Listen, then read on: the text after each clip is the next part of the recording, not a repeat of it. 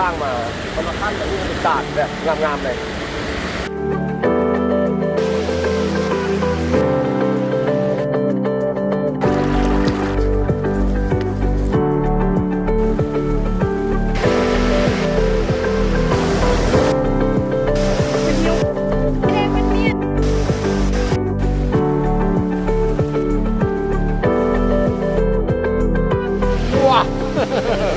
จากการเดินทางมาว่านี่10 ลักพอดี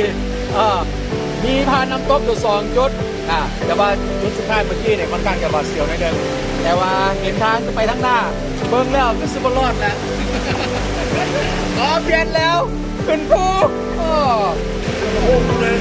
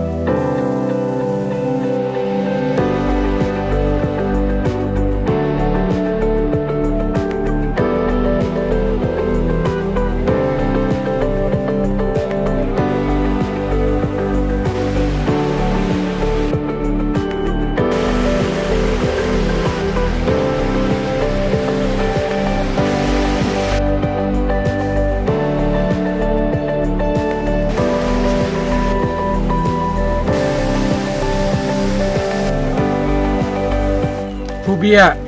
โบแมนไปจอมผู้สูง 2,800 กว่าเมตรเนาะเขายังมีอีกหลายๆอย่างให้พวกทางเห็นเซอร์ไพรส์หลายเมนูเลย นั่นก็ตัดผู้เบี้ย